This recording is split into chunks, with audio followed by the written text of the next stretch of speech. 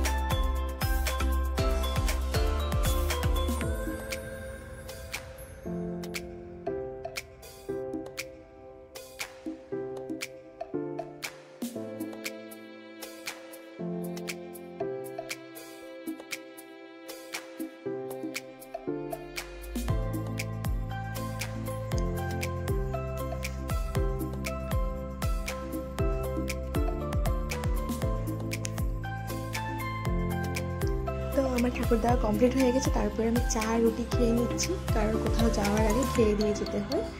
আমি ফটাফট রেডি হয়ে গেলাম। রেডি হয়ে গিয়ে বের হয়ে গেলাম আমাদের মেন উদ্দেশ্যে, যেখানে আমাকে নিয়ে যাবে। আমি কিন্তু অনেকবার জিজ্ঞেস করলাম যে আমাকে কোথায় নিয়ে যাচ্ছ বলো, কিন্তু সে কোনো মতেই বলবে না। বলছে যে তুমি গেলে দেখতে পারবে যে কোথায় যাচ্ছি। তাহলে তোমরাও চলো আমার সাথে সাথে, আমি কোথায় যাচ্ছি দেখবে।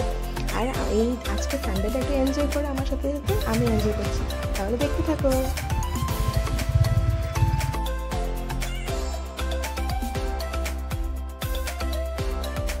দেখো, আমি ওকে জিজ্ঞেস করলাম যে এই সেই জায়গা যেখানে আমরা যাবো। বলছে না, আরেকটু দেরি আছে বলতে বলতে আমরা চলে আসলাম এই জায়গাটাতে। এটা হলো আসামের একটা জায়গা, চাবুয়া, যেখানে দিনজান বলে একটা ছোট্ট একটা জায়গা আছে, যেখানে ছিল আজকে অনুকূল ঠাকুরের মহোৎসব। আমি সেটা জানতাম না আজকে যে অনুকূল ঠাকুরের উৎসব আছে। দেখো কেমন সুন্দর সাজিয়েছে, আমার তো অনেক ভালো লেগেছে এই ডেকোরেশনটা। এখানে এসে আমার খুবই ভালো লাগলো। আজকে সানডেটা মানে পুরো খুশি হয়ে গেলাম। আজকে হঠাৎ প্ল্যানিংয়ে এত সুন্দর জায়গাতে আসতে পারবো সত্যি ভাবতে পারিনি। আমার কিন্তু খুব ভালো লেগেছে। তোমাদের কেমন লাগছে তোমরা কিন্তু আমাকে কমেন্ট করে জানাবে। এই হলো বন্দে পুরুষোত্তম, যেটা আশ্রমে আমরা আসলাম। যারা যারা অনুকূল ঠাকুরের দীক্ষিত একটু আমাকে কমেন্ট করে জানাবে। সবাইকে জয় গুরু। তোমরা দেখতে পাচ্ছ এই গ্রিন কালারের যে বাগানটা, চা পাতা বাগানটা আছে, এটা হলো আসামের বিখ্যাত চা বাগান, যেটা আসাম চায়ের জন্য বিখ্যাত। দেখছো বন্ধুরা? আর লম্বা লাইনটা দেখতে পাচ্ছ তোমরা, কি সুন্দর লম্বা লাইনটা।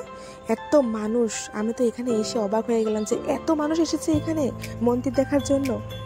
মানে এত মানুষ, কারণ কি আসামের অনেক জায়গার থেকে মানুষ এসেছে, তাই জন্য এত ভিড় হয়েছে। তোমরা এনজয় করো আজকের দিনটা।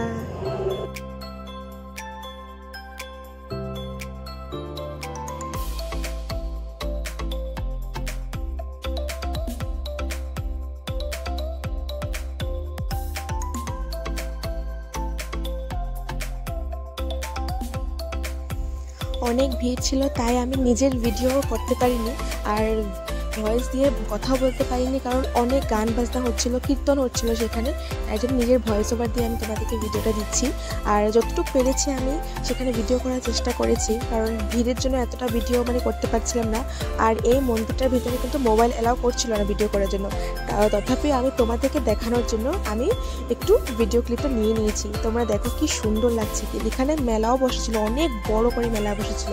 মানে এই উৎসবটা অনেক বড় একটা জায়গা নিয়ে, মাঠ নিয়ে কিন্তু অ্যারেঞ্জমেন্ট করা হয়েছিল, কারণ অনেক মানুষ আসবে তো, তাই জন্য অনেক বড় সড়ো জায়গা নিয়ে করা হয়েছিল।